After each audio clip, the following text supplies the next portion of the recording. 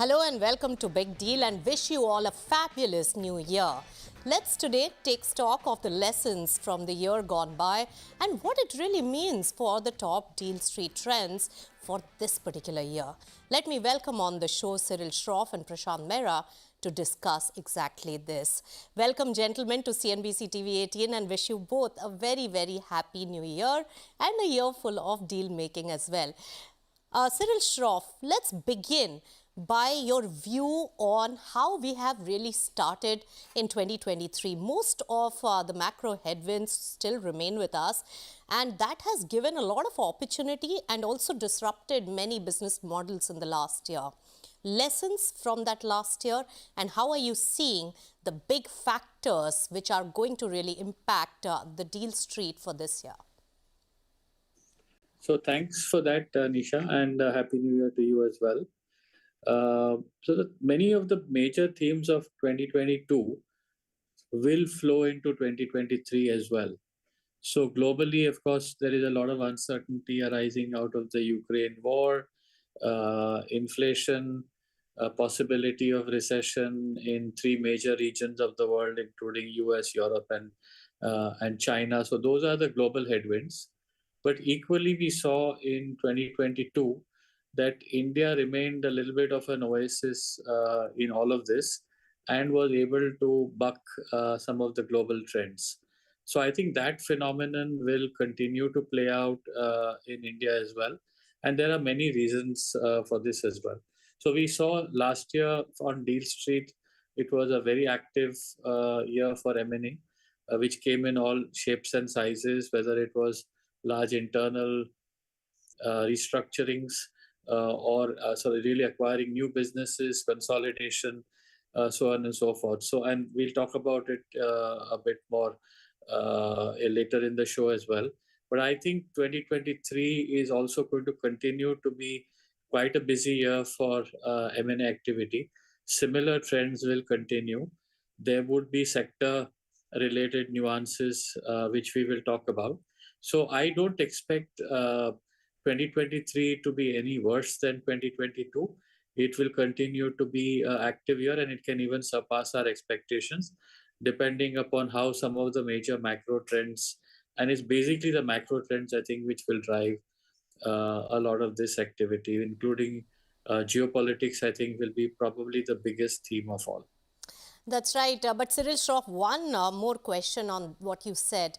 Can you pinpoint one important change or a factor which happened in 2022, which will have a lasting impact on the deal street, especially in this particular year? Like COVID was one which led to a lot of digital revolution. Anything from 2022 which is going to be making a marked difference? So I would say two things. I think, at least speaking from an Indian point of view, the reduction of the twin balance sheet problem. I think the NPA problem in the banking system, the NPA situation is amongst its lowest in the last 10 years. And corporate balance sheets have been largely deleveraged, and corporates are kind of hungry for more. I think because of this and because of the opportunities, I think CEO confidence will remain high. And major corporates are in a very acquisitive mode as well. So this would be, I mean, there are many factors. This is the one I think is going to play an important role in Deal Street. Right. So major corporates are in very acquisitive mode. This would be my biggest takeaway from whatever you have mentioned, Cyril Shroff. So Prashant Mehra, that should give us a lot of confidence on the deal street for this particular year. You are the author of a detailed report, which we are revealing now, the findings of that on the deal street in the last year and the future outlook for this particular year.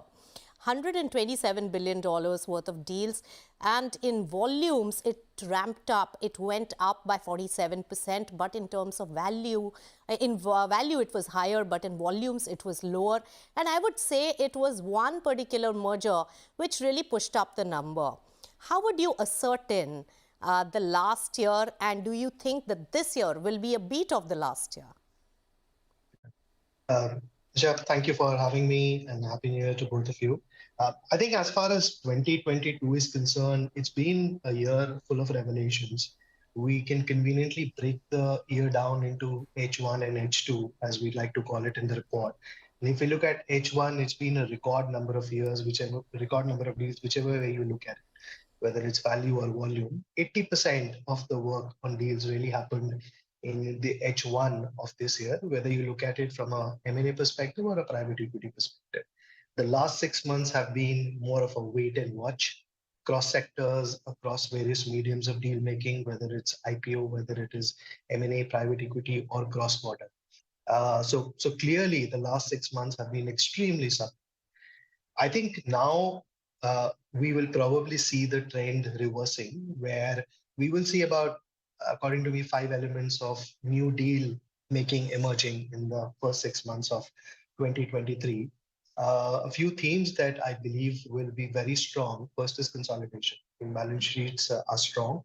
Corporates have been conserving cash for the last 6 months, and now they will go in for those consolidations. Could be actually forward integration, backward integration, even left and right integration for that matter. Private equities will focus on funding these consolidations as well, because that's always looked at as an alternate means of financing. Distressed asset M&A should be something to watch out for, both from a global as well as India perspective. I think cross-border, which has been extremely subdued in the last year or so, will again come back. And I think finally, from a sector perspective, while tech-enabled sector will continue to be the most popular deal-making sector, but I think a new sector may also emerge with increased consciousness, especially post-COVID, which is ESG. I think a bunch of all these factors, with India continuing to demonstrate extremely strong macroeconomic factors, will bring a pleasant 2023. And as Mr. Shroff also mentioned, 2023 should possibly be much higher. We may see less number of, as in lower valuations, but in terms of volume is concerned, I think we'll probably surpass 2022 as well. Right. So very, very interesting, those trends that you mentioned, actually, Prashant.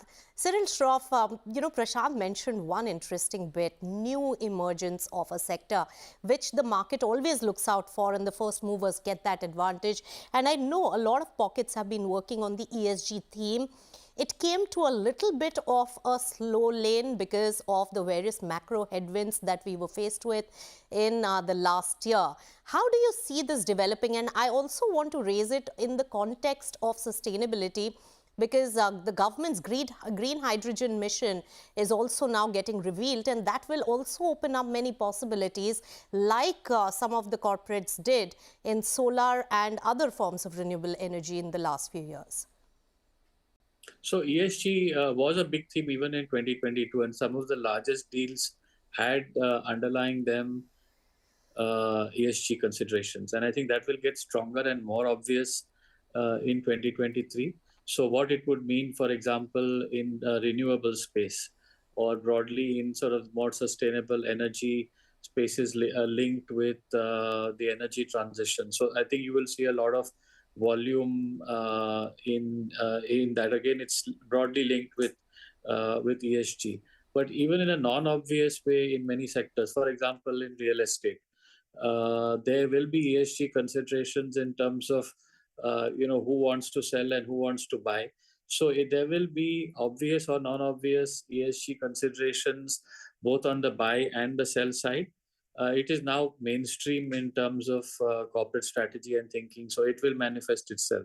So there will be certain obvious types like renewable energy, and I think it will, in any event, it will underlie a lot of deal-making activity, including a lot of foreign investment, which will be in furtherance of expanding their sustainability goals. You'll see that coming in as well. Right, and a lot of sustainability-driven funds have also emerged in the last couple of years as well. Prashant, Mehra, this particular time is also going to be very challenging for companies which do not have deep pockets, because a lot of foreign money has become expensive, so they'll be very choiced in picking their investment destination.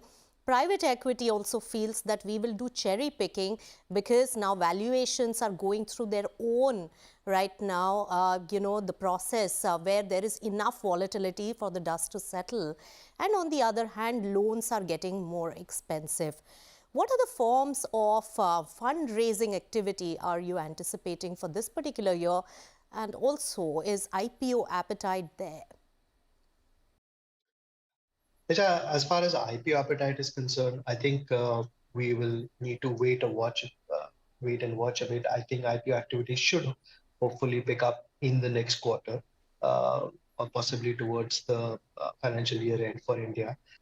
As far as means of funding is concerned, debt cost is increasing, but at the same time, the gap between debt and equity is reducing. So from that perspective, as I mentioned, for consolidations, private equity will be looked at as a very important element of funding, since acquisition financing is not allowed in this country. Yes. Foreign money should also play. I mean, whenever there is a recession, it frankly means that there is a recession for a particular economy, but there is money always available. I think a lot of money will get diverted towards India. And that should become the means of financing for a lot of companies, again, in the form of consolidation. Private equities, IPOs, as well as cross-border foreign money coming into India will probably be the three biggest bets. And as I mentioned earlier, since distressed M&A is also something Yes. that will become attractive, funds which specifically fund such transactions will also find a lot of appetite. Right. Cyril Shroff, you've done so much work on the distress side, and Prashant mentioned that.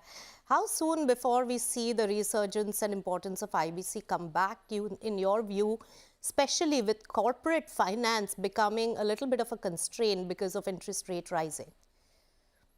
So we're already seeing this. IBC, I think, is slowly coming back. There are a variety of reasons. One is on the kind of buy side, there is increased appetite, and there are more targets that are coming up for resolution as well. So it's an existing theme. What we need to watch out for and look forward to actually is how the process gets streamlined and becomes more efficient. The biggest problem with IBC related resolution, including buyouts, has been the sheer inefficiency of the process. So, but I'm seeing the early signs of very conscious thinking on restructuring of the process, simplification, and the policymakers are working hard at it. So, in a nutshell, I think the IBC theme is very much back. All right, so IBC to watch out for, but there are many, many more themes that are going to develop on the deal street for the year 2023. We'll pick on those when we return after a very short break on Big Deal. Stay tuned.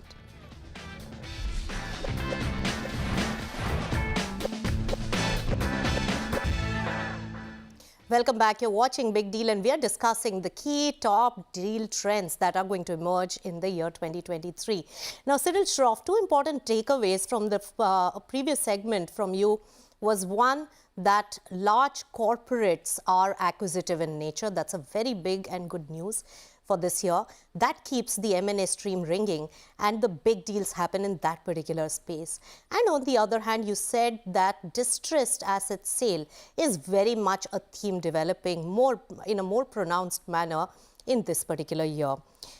If we really look at the top trends according to you on M&A and which sectors are going to be the most active ones, what will be your view?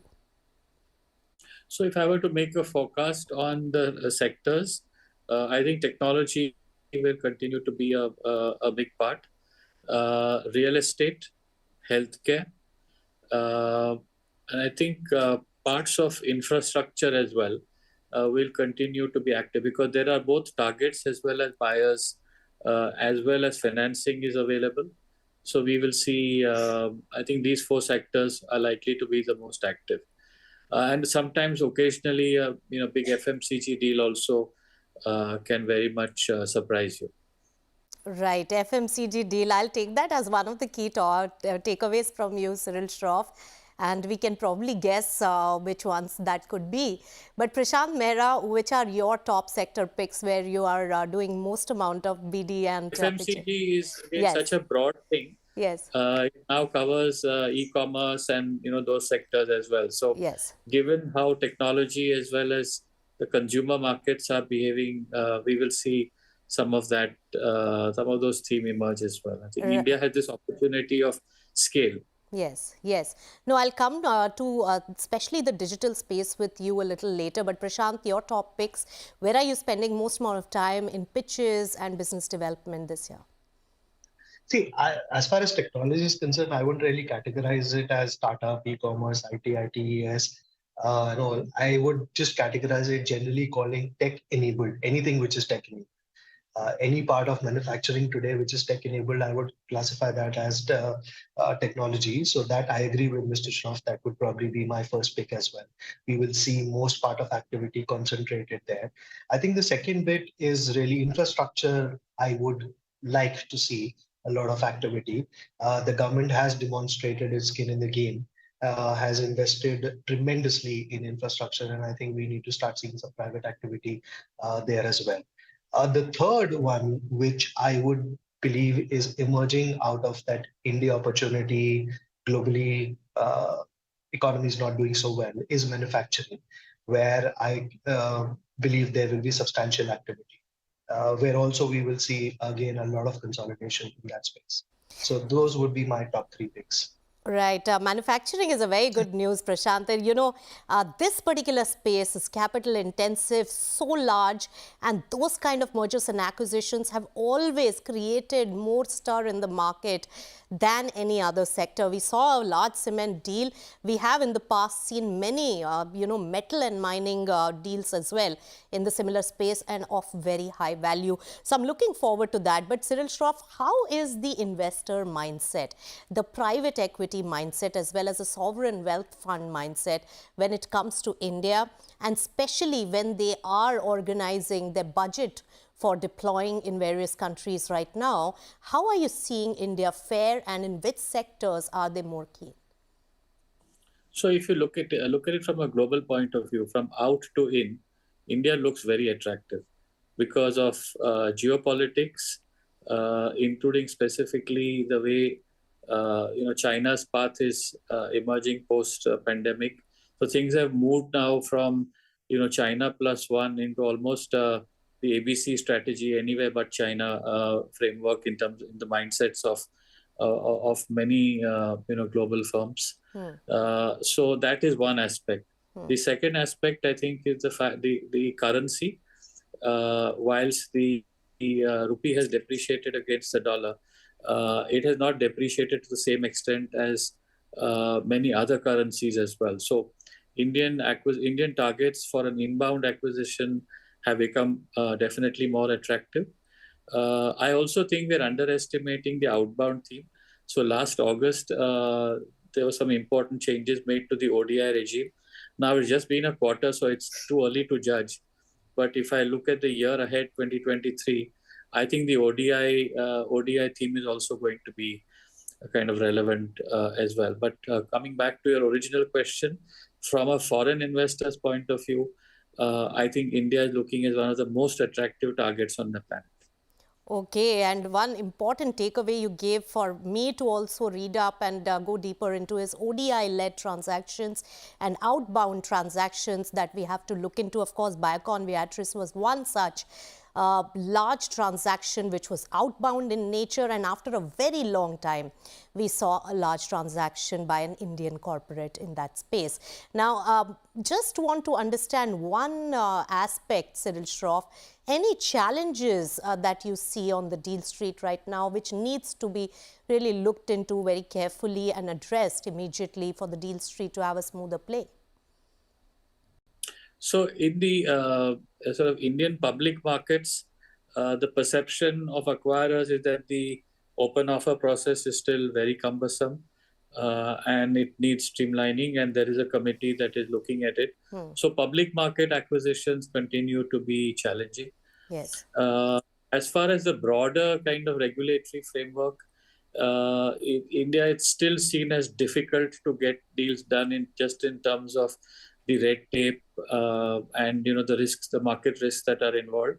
But none of that actually stops deal activity. I think people find a way to navigate through it and get it done. So, but if you can make things simpler, easier, and more transparent, you will see more activity.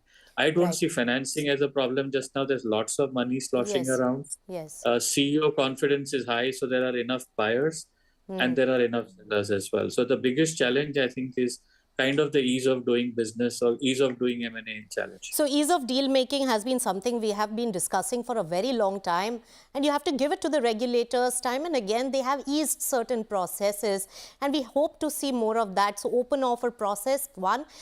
We know that Hexaware was delisted, and because the sale was looking very impossible with it being a listed entity, and many such cases are there. And on the other hand, also we have seen one merger and acquisition in the media space over a year, and it needs a lot of patience to really consummate a transaction. Prashant, Mehra, final word. I want your view on the startup ecosystem. Funding winter is here. Do you see a huge amount of consolidation over there? Has activity already started? Teja, for sure. I think activity has already started. We will see a number of closures in the startup space, and startups are also going the consolidation route. Scalability is a big factor for investors. Investors are happy to put in money, but they also need to see scalability, and consolidation is a great way to demonstrate scalability overnight. Having said that, I think the lens of any investor, as far as a startup is concerned, will not be just limited to a revenue model, but a business model. The difference between the two is the startup finally needs to make money. You can't keep just burning money. And I think once that lens is there, we will probably see a lot of unicorns actually being recognized as such in the startup space. That's a key theme I would probably see in startups. But also now what we are discussing is a little more evolved, Prashant, for one particular IPO aspirant, that even if you're making profits, but it's a very small amount of profit, and then you're asking for a higher valuation. So that, sense will also seep into the market. And of course, depending on market volatility, the appetite will also grow, whether or not for any startup IPOs to really come to the market. But many takeaways and many insights on the deal street for 2023. Thank you so much, Cyril Shroff and Prashant Mehra, for joining us on this edition of Big Deal. And I have many points to really jot down and dig deeper on, so which will keep me very busy on the deal street for this year as well. Thank you so much for tuning in.